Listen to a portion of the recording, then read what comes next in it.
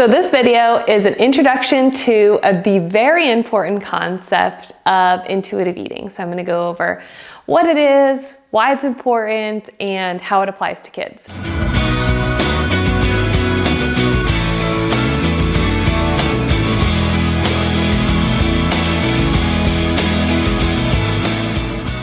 This is the first of two videos here introducing a very important term that will be used throughout the course. This video is also mostly informational, but it's very important to understand this concept before we move on to some activities that you're actually going to try right away with your kids. So what is intuitive eating?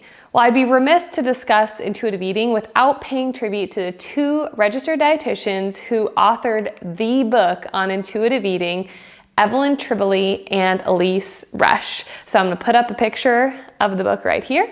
So intuitive eating it's really like a mindset. It's not a diet, it's not like a lifestyle choice, but it's a mindset. It's a way that you approach food in your body.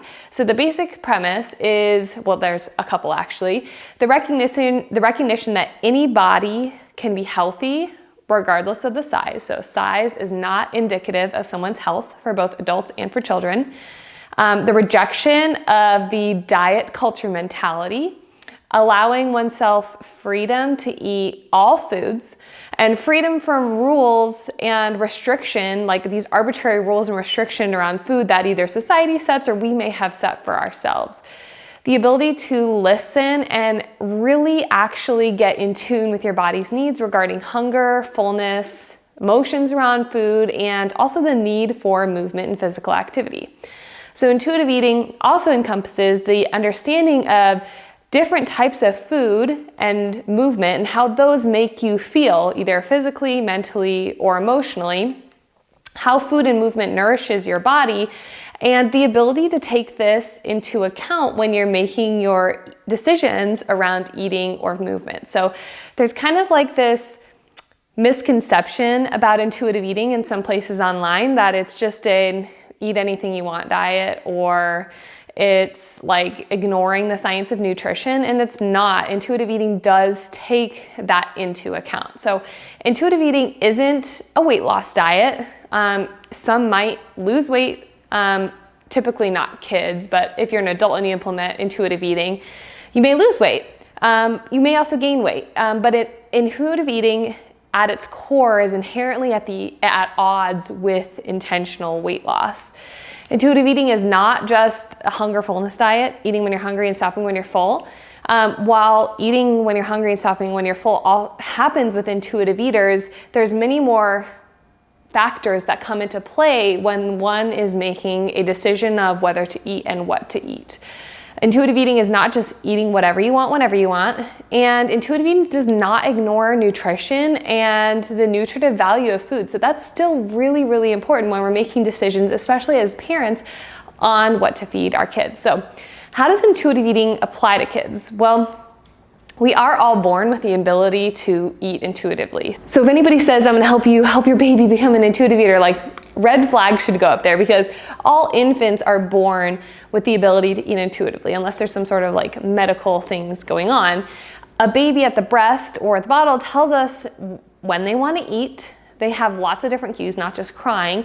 They tell us when they want to stop eating. They know what makes them comfortable while they're eating or uncomfortable while they're eating. And in theory, this ability to listen to our bodies would continue forever were it not for our social, cultural, or environmental influences that disrupt this ability to eat intuitively that our youngest little tiny humans have. So these influences that affect our eating ability, they're not all bad, they just exist. So some influences that are not so great on our child's eating habits are a result of diet culture. So the pervasive idea that everyone needs to be thin or skinny or look this certain way to be healthy, that all bodies should look the same. This obviously is not true. Some influences on eating habits for our kids that disrupt the ability to eat intuitively are the result of family habits. So for example, like the one bite rule or the clean plate club Or like the grandma effect, you know, like eat more, you're so skinny. Some influences on our kids' eating habits are the result of peer pressure. So when they start to interact with friends a lot more, like everyone else is eating a certain food at the birthday party, so maybe your kid's gonna eat that too. So inevitably our kids start to listen to these outside influences more and more as they understand more, and sometimes they listen to their bodies less and less. So the kiddos who are exposed to diet culture frequently in their own homes are very much at risk for straying away from their innate intuitive eating abilities. So some examples of diet culture influences in the home can include things like chronic dieting by parents or older siblings, and your kids kind of seeing you go through that cycle. Comments about weight loss, being skinny or being fat from family, friends, even teachers. Commercials, social media, internet ads, like things for weight loss shakes or teas, or like watching celebrities engage in this kind of behavior. So you get the picture. But intuitive eating, when embraced by the family, is an incredible thing, and it really helps you set up your kiddo for having a healthy relationship with food as they grow into an independent teenager and adult. So before I give you your homework for this video, I want to really quick talk about body composition changes. So you might be watching this video and thinking like, okay, I want to help my kid have a healthy relationship with food, but a body composition change is something that I'm interested in for myself. So is it possible to fully pursue intuitive eating while also pursuing weight loss?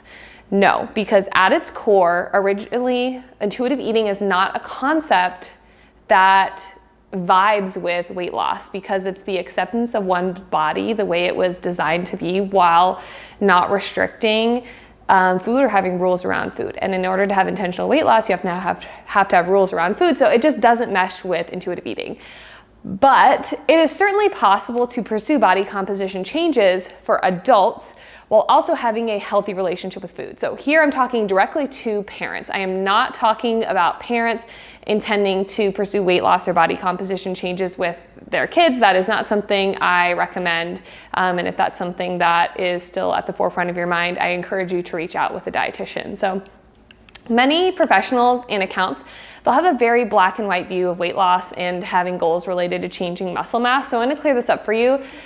Body composition changes in and of themselves are not unethical, but I encourage you to prioritize your relationship with food before pursuing any physique changes, because doing this or not doing this, so avoiding prioritizing your relationship with food and then pursuing weight loss, that can have really severe mental and physical health consequences, and those can trickle down to our kids. And teaching our kids about these physique changes while they're still shaping their relationship with food, their views of beauty standards and body composition or body confidence can also have really severe consequences. So if you're pursuing body composition changes or weight loss, I really encourage you to kind of separate that from the way you're approaching food with your kids, because our kids are just in such a delicate state that they may not quite understand the behind the scenes work that you're doing to preserve your relationship with food before you pursue that. So